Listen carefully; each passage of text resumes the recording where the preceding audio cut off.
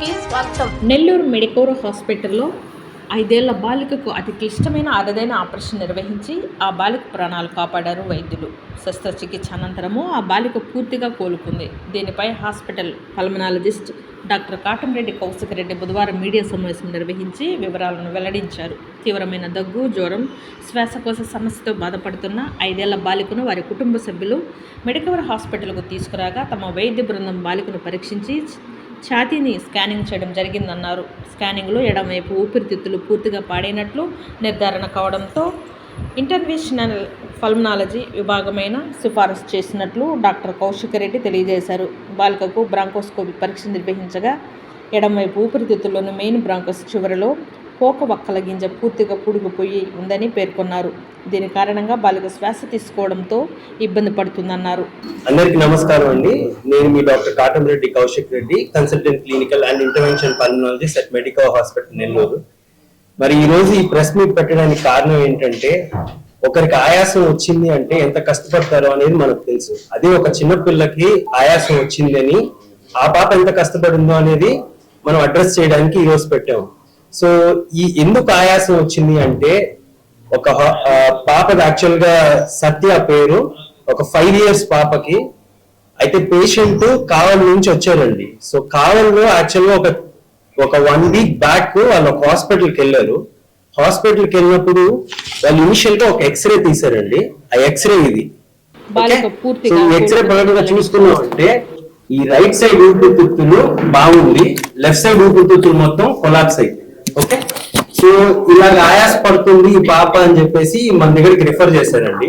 So ఈ refer చేసినప్పుడు మనం ఎక్స్రే చూసి ఊపిరితిత్తుల్లో ఏదో ప్రాబ్లం ఉంది, అందుకని ఊపిరితిత్తులు లెఫ్ట్ సైడ్ ఊపిరితిత్తులు మూసుకోబోయాయి అనేసి ఇమీడియట్ గా మా దగ్గర ఉన్న పీడియాట్రిషియన్ డాక్టర్ ఉదయకీర్తి మేడం చూపించి, సో దాని తర్వాత ఎమర్జెన్సీగా మధ్యాహ్నం వస్తే ఒకసారి ఏంటి అనేది ఒక సిటీ స్కాన్ చేసామండి.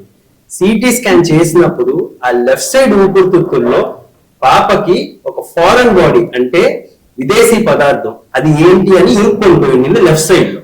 సో మేము ఇమీడియట్ గా మా కాడ ఉన్న అత్యాధునిక పరికరాల్లో బ్రాంకోస్కోపీ అనేది అంటే ఊపిరితిత్తుల ఎండోస్కోపీ.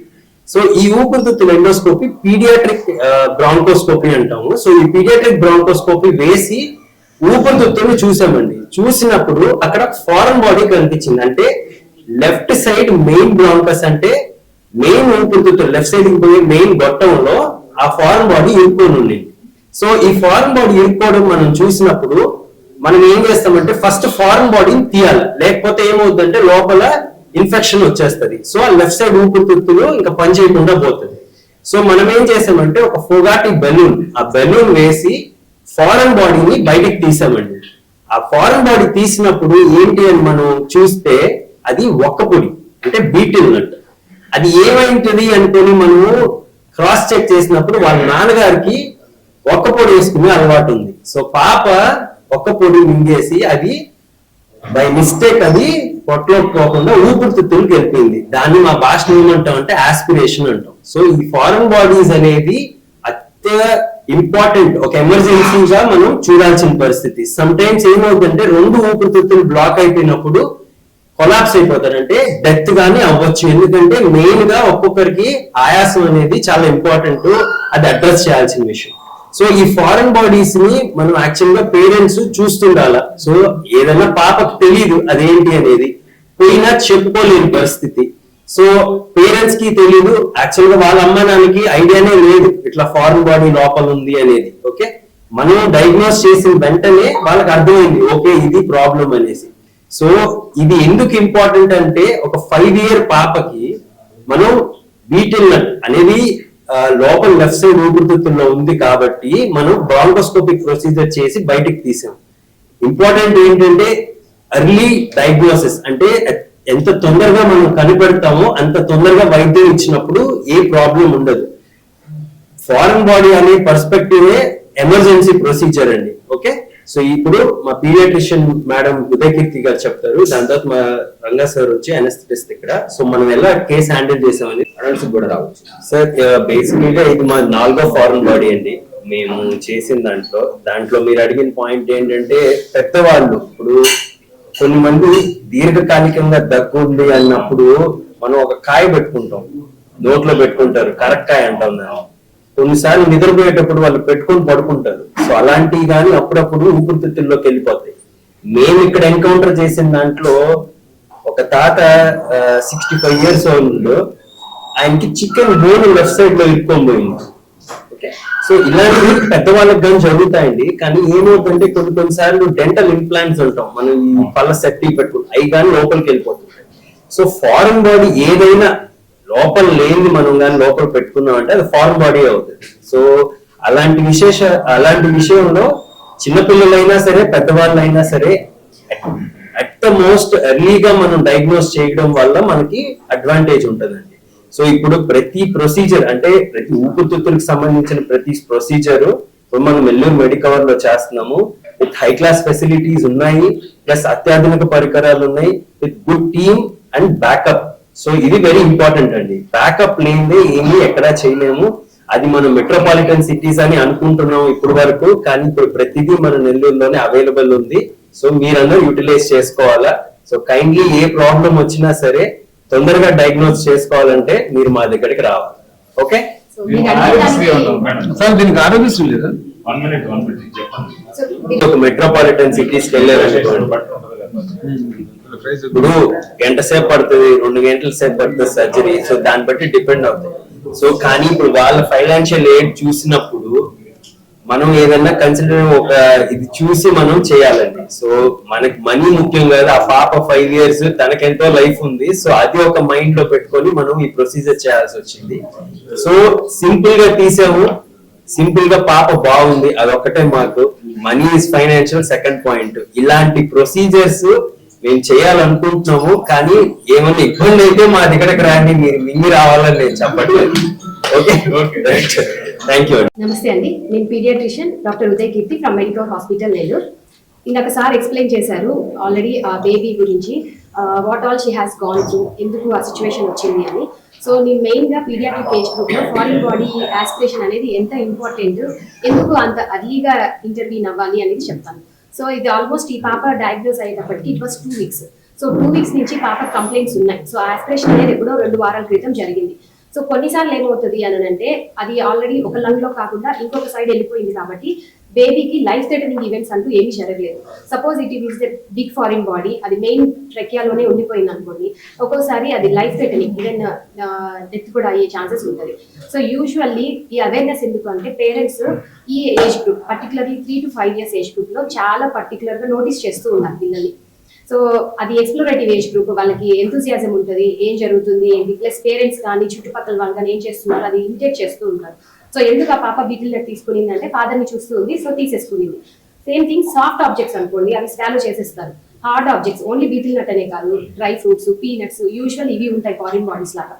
సో అవి ఆస్పిరేట్ చేసుకుంటారు, అది శ్వాస గొట్టంలోకి వెళ్ళిపోద్ది అనమాట. మనకి గొట్టంలోకి వెళ్ళాల్సిన గొట్టంలో కాకుండా శ్వాస గొట్టంలోకి వెళ్ళి ఇలాంటి సిచ్యువేషన్స్ వస్తాయి. సో అలా వచ్చినప్పుడు ఏం జరుగుతుంది అంటే పిల్లలకి సడన్ గా చోకింగ్ ఎపిసోడ్ లాగా వస్తుంది, పట్టేసుకుంటారు గొంతు, విపరీతంగా కాఫ్ చేస్తారు. అంటే ఎందుకు చేస్తున్నారు, ఇప్పటి వరకు ఏదో నెమ్ముండి జలుబు ఉండి దగ్గు అలా కాదు, ఉన్నట్టుండి నార్మల్ గా ఆడుకుంటున్న పాప బేబీ దగ్గడము. సో ఇలాంటివి ఐడెంటిఫై చేసుకోవాలి, పేరెంట్స్ గమనించుకుంటూ ఉండాలి. ఏదన్నా అబ్నార్మల్ గా అనిపించింది అనుకోండి, ఫస్ట్ ఇమీడియట్ గా పీడియాట్రిషియన్ కన్సల్ట్ అయ్యి ప్రైమరీ ఇన్వెస్టిగేషన్స్ చేయించుకోవాలి. ఇప్పుడు ఈ పాప విషయంలో కూడా ఎక్స్రే చూసాం, ఎక్స్రే చూస్తే నార్మల్ గా చూసాం అనుకోండి, ఏం తెలుస్తుంది, ఓకే నెమ్ము ఉంది అని అనిపిస్తుంది, దానికి మందులు పెడతారు. సో యూజువల్ గా జరిగింది అదే పాప విషయంలో కూడా. బట్ దెన్ రెస్పాన్స్ ఉండదు ట్రీట్మెంట్ కి, మనకి ఇన్ని రోజులైనా కానీ ట్రీట్మెంట్ కి రెస్పాన్స్ అనేది ఉంది. సో ఓన్లీ 1 ఇన్వెస్టిగేషనే మనకి దీన్ని గైడ్ చేస్తుంది, ఏంటి అంటే బ్రాంకోస్కోపీ. ఈ బ్రాంకోస్కోపీలో కూడా ఫ్లెక్సిబుల్ బ్రాంకోస్కోపీ, రిజిడ్ బ్రాంకోస్కోపీ ఉంటుంది. సో మనకి ఇక్కడ ఫ్లెక్సిబుల్ ఉంది, రిజిడ్ బ్రాంకోస్కోపీ ఉంది. సో పీడియాట్రిక్ ఏజ్ గ్రూప్ లో flexible is much more easy to perform. Short జిఏలో చేసేయచ్చు, 5 to 10 minutes ప్రొసీజర్. సో ఇలాంటివి అంటే అర్లీగా ఇంటర్వ్యూ చేయడం వల్ల ఏమవుతుందంటే ఇది చూడండి, లంగ్ ఎక్స్పాన్షన్ నార్మల్ గా వచ్చేసింది. ఒక్కోసారి కొన్నిసార్లు మంత్స్ కూడా అయిపోతుంది. సో వన్స్ డ్యామేజ్ అయిపోతే ఆ లంగ్ ని కొలాప్స్ అయిపోతే రీఇన్ఫ్లేట్ చేయడం అది కష్టం అవుతుంది. So just for the awareness purpose parents be careful about children particularly this age group. So మీకు ఏదైనా అబ్నార్మల్ గా సైన్స్ ఉన్నాయి అని అంటే నెగ్లెక్ట్ చేయకుండా ఇమీడియట్ గా కన్సల్ట్ అయ్యి అప్రోచ్ అవ్వాలి. Thank you. లో ఫారిన్ బాడీ తీయడం, ఆ స్కోప్, ఆ ఎక్విప్మెంట్ అంతా డిఫరెంట్ ఉంటుంది. పీడియాట్రిక్ కి అంత సన్న విన్ పైప్ లో నుంచి వెళ్ళాలి అని అంటే వెరీ పర్టికులర్, దానికి సైజ్, ఎక్విప్మెంట్స్ అవన్నీ they are available at Medicover. So అందుకని మనము ఈవెన్ ఎంత ఏజ్ గ్రూప్ అంటే అరౌండ్ ఇన్ఫాంటైల్ ఏజ్ నుంచి కూడా ఈ ఫారిన్ బాడీస్ కాదు ఏదైనా ప్రొసీజర్స్ మనం ఇక్కడ చేయగలుగుతున్నాం. 5 years చిన్న పాపకి ఆయాసం చాలా ఎక్కువగా ఉంది అని మన ఎమర్జెన్సీకి వచ్చినప్పుడు డాక్టర్ కౌశిక్, మన పీడియాట్రిషియన్ కీర్తి వీళ్ళిద్దరూ చూసి ఎమర్జెన్సీగా చేయాలి అని ఆపరేషన్ థియేటర్కి ఆఫ్టర్నూన్గా షిఫ్ట్ చేశారు. పాపని ఎగ్జామిన్ చేస్తే చాలా బ్రెత్లెస్గా ఉంది, అంటే చాలా ఆయాసంగా ఉంది, ఊపిరి తీసుకునే వేగం చాలా ఎక్కువగా ఉంది, బ్లడ్లో ఆక్సిజన్ లెవెల్స్ కూడా తక్కువగా ఉన్నాయి. కానీ ఇంకా ఈ పాపకి ఎమర్జెన్సీగా మనం చేయాలి అని సో అప్పటికప్పుడే వితౌట్ ఎనీ డిలే మనం ప్రొసీజర్ చేయడానికి ఆపరేషన్ థియేటర్ లోపలికి తీసుకెళ్ళాము.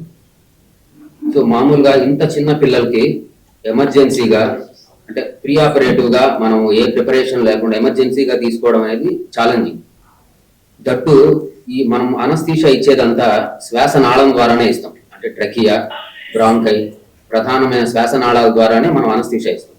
అందులోనే ప్రొసీజర్ చేయాల్సి వస్తుంది, అంటే ఒక 2 hours ప్రొసీజర్ చేయాల్సి రావడం అంటప్పుడు వాళ్ళకి అనస్థీషియా ఇవ్వడం అనేది. మాది వచ్చేసి కావలి మండలం, నెల్లూరు జిల్లా, జలదింకి మండలం, కట్టుపల్లి గ్రామం ఉంది. పాపకి ఒక 10 రోజుల నుంచి బాగాలేదు, కానీ మేమైతే మామూలు కడుపులో నొప్పి అనుకున్నాము. అలా అని ముందు అక్కడ కావలో చూపించాము, కానీ ఇక్కడ కుదరదు అన్నారు. మళ్ళీ నెల్లూరుకి వచ్చాము, ఒక 4 హాస్పిటల్ తిరిగాము, కానీ పాప మాత్రం బతుకుదు. అమ్మాయికి నెమ్ము ఎక్కువ అయిపోయింది, అంటే ఒక సైడు ఊపిరితిత్తు లేదు అని చెప్పారు. మేమైతే చాలా ఇది పడ్డాము. తర్వాత ఒక డాక్టర్ దగ్గరికి వెళ్ళిన తర్వాత ఇలా నాకు తెలిసిన హాస్పిటల్ ఉంది, మెడికల్ హాస్పిటల్ ఉంది, అక్కడ కౌశిక్ రెడ్డి సార్ అని ఒక అతను ఉన్నాడు, నాకు తెలుసు, అతని దగ్గరికి వెళ్ళండి అన్నారు. సరేనని చెప్పి ఇక్కడికి వచ్చాము. ఇట్లా కౌశిక్ రెడ్డి సార్ని కలిసాము. ఇట్లా సార్ పాప ఇలా ఉందని సారు టెస్ట్లు అవి అన్ని చేశారు. చేసిన తర్వాత పాప ఏదో మింగేసిందని వాళ్ళు చెప్పారు. ఇట్లా సర్జరీ చేయాలమ్మా అని చెప్పారు. సరే సార్ మీ ఇష్టం చేయండి, పాపకి ఏమి కాదు అంటే చేయండి అని అన్నా మేము. సరే అని చెప్పి సర్జరీ చేసిన తర్వాత ఒక్క పొడి అనేది 4 పొలుకులు ఉన్నాయి అమ్మాయి కడుపు, అదే ఊపిరితిత్తులో, అవి తీసి చూపించారు. తీసిన తర్వాత పాప ఏమో చాలా అంటే అంతకుముందు బాగా లేదనమాట, కళ్ళు మూసేయడం, అంటే ఆయాసం ఎక్కువ అవడం. అసలు మేమైతే బతికిద్ది అనుకోలేదు. ఇలా మా పాప బతుకుంది అంటే కౌశిక్ రెడ్డి సార్ గారు మాత్రమే కారణం. ఇలా మా పాప ఇలా ఉందంటే జరిగి కూడా ఒక వారం అయింది అంతే, వారం కూడా కాలేదు. ఇలా మళ్ళీ 5 రోజులకి చెకప్ రావాలంటే ఈ రోజు వచ్చాము. ఈ రోజు పాప ఇలా హుషారుగా ఇంత ఆడుకుంటుందంటే ఇది కౌశిక్ రెడ్డి సార్ వాళ్ళ అలా అయ్యింది. అంతేగాని మా పాప అయితే బతికిద్దని మాత్రం అనుకోలేదు. ఇక్కడికి వచ్చిన తర్వాతే మాకు నమ్మకం వచ్చింది.